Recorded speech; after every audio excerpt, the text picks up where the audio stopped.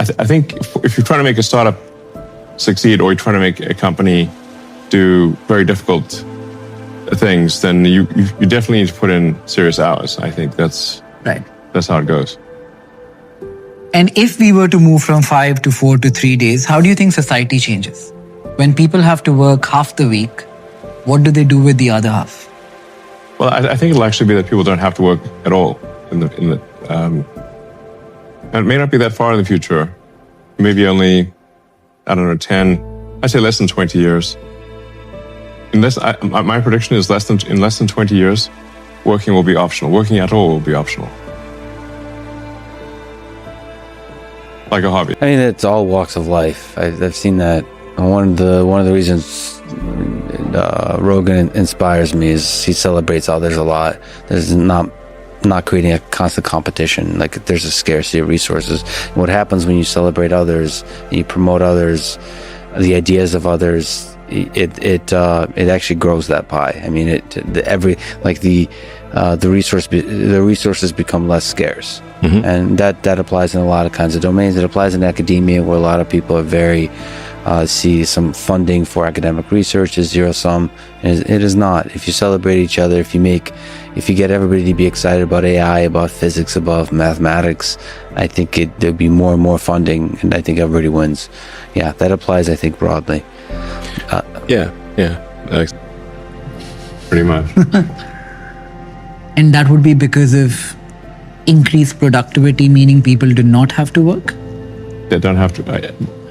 I mean, look, obviously people can play this back in 20 years and say, look, Elon made this ridiculous prediction, and it's not true. But I think it will turn out to be true that in less than 20 years, and it maybe even as little as, I don't know, 10 or 15 years, the advancements in AI and robotics will bring us to the point where working is optional.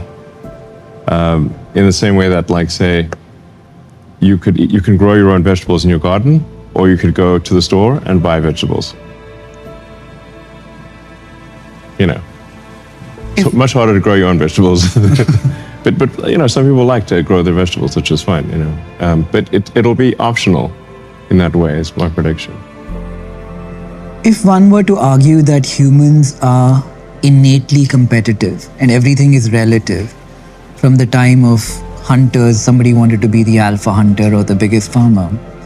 If everybody gets a universal high income and everybody has enough, what do you compete for? It would be relative, right? Like, if we all had enough is not enough. Yeah, I guess I'm not exactly sure, because we're really headed into the singularity, as it's called, which, you know, they refer to AI sometimes as the kind of like a black hole, like a singularity. You don't know what happens after the event horizon. It's somewhat of a coincidence, you know. Like, not everything's called X. I mean, there's no X's in Tesla, you know. What do you think money will be in the future, Elon? I think long term, I think money disappears as a concept. Honestly, it's kind of strange, but in a future where anyone can have anything, I think you no longer need money as a database for labor allocation. If AI and robotics are big enough to satisfy all human needs, then money is no longer, its relevance declines dramatically. I'm not sure we will have it. So, you know, the best sort of imagining of this future that I've read is from Ian Banks, the culture books. So I recommend people read the culture books. In this sort of far future of the culture books, they don't have money either. And everyone can pretty much have whatever they want. Try to be useful. Do things that are useful to your fellow human beings, to the world. It's very hard to be useful. Very hard. You know, are you contributing more than you consume? You know, can you try to have a positive net contribution to society. I think that's the thing to aim for. Not to try to be sort of a leader for the sake of being a leader or whatever. A lot of the time, the people you want as leaders are the people who don't want to be leaders. So, if you can live a useful life, that is a good life, a life worth having lived. And like I said, I would encourage people to use the mental tools of physics and apply them broadly in life. They are the best tools.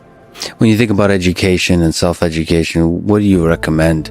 So there's the university, there's self-study, there is hands-on, sort of finding a company or a place or a set of people that do the thing you're passionate about and joining them as early as possible.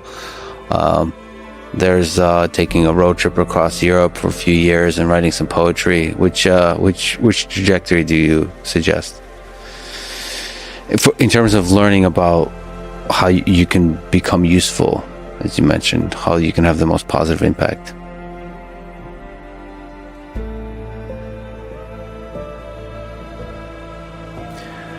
But I'd encourage people to read a lot of books.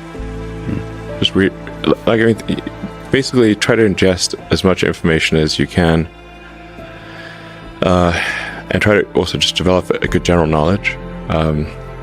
So you at least have like a rough lay of the land of the knowledge landscape.